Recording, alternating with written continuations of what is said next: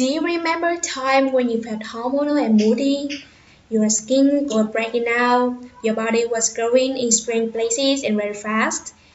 And at the same time, people were expecting you to be grown up in this new way. Teenagers, right? Well, these same changes happen to a woman when she's having a baby. And we know that it's normal for teenagers to feel all over the place. So why don't we talk about pregnancy in the same way?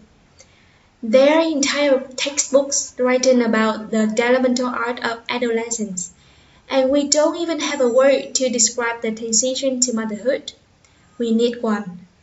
I'm a psychiatrist who works with pregnant and postpartum women, a reproductive psychiatrist, and in the decade I have been working in this field, I have noticed a pattern. It goes something like this. A woman calls me up, she's just having a baby. And she's concerned. She says, I'm not good at this. I'm not enjoying this. Do I have postpartum depression? So I go through the symptoms of that diagnosis. And it's clear to me that she's not clinically depressed. And I tell her that, but she isn't assured. It isn't supposed to feel like this, she insists. So I say, okay, what did you expect it to feel like? She says, I thought motherhood would make me feel whole and happy. I thought my instincts would naturally tell me what to do. I thought I'd always want to put the baby first. This, this is an unrealistic expectation of what the transition to motherhood feels like. And it wasn't just her. I was getting calls with questions like this from hundreds of women, all concerned that something was wrong because they couldn't measure up. And I didn't know how to help them because telling them that they weren't sick wasn't make them feel better. I wanted to find a way to normalize this transition, to explain that discomfort is not always the same thing as disease.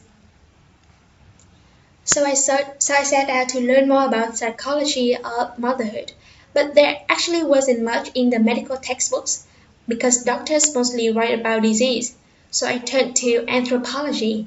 It took me 2 years, but in an outbring essay written in 1973 by Dana Raphael, I finally found a helpful way to frame this conversation. Mattresses. It's not a coincidence that mattresses sounds like adolescence. Both are times when body morphing and hormone shifting lead to an upheaval in how a person feels emotionally and how they fit into the world. And like adolescence, mattresses is not a disease, but since it's not the medical vocabulary, since doctors aren't educating people about it, it's being confused with a more serious condition called postpartum depression. I have been building on the anthropology literature and have been talking about mattresses with my patients using a concept called the push and pull. Here's the pull part. So as humans, our babies are uniquely dependent. Unlike other animals, our babies can walk, they can feed themselves, they are very hard to take care of. So evolution has helped us out with this hormone called oxytocin. It's released around childbirth and also during skin-to-skin touch. So it rises even if you didn't give birth to a baby. Oxytocin helps a human mother's brain jump in, pulling her attention in, and so that the baby is now at the center of her world. But at the same time, her mind is pushing away because she remembers there are all these other parts to her identity, other relationships, her work, hobbies, a spiritual and intellectual life, not to mention physical needs to sleep, to eat, to exercise, to have sex, to go to the bathroom alone, if possible.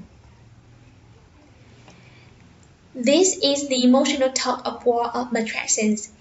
This is the tension the women calling me were feeling, and this is why they thought they were sick. If women understood the natural progressions of mattresses, if they knew that most people found it hard to live inside this push and pull, if they knew that under these circumstances, ambivalence was normal and nothing to be ashamed of, they would feel less alone, they would feel less stigmatized, and I think it would even reduce rates of postpartum depression. I'd love to study that one day. I'm a believer in talk therapy. So if we are going to change the way our culture understands the transition to motherhood, women need to be talking to each other, not just me. So mothers, talk about your mattresses with other mothers, with your friends, and if you have one, with your partner, so that they can understand their own transition and better support you. But it's not just about protecting your relationship. When you preserve a separate part of your identity, you are also leaving room for your child to develop their own. When a baby is born, so is a mother, each unsteady in their own way. My presence is profound, but it is also hard, and that's what makes it human. Thank you.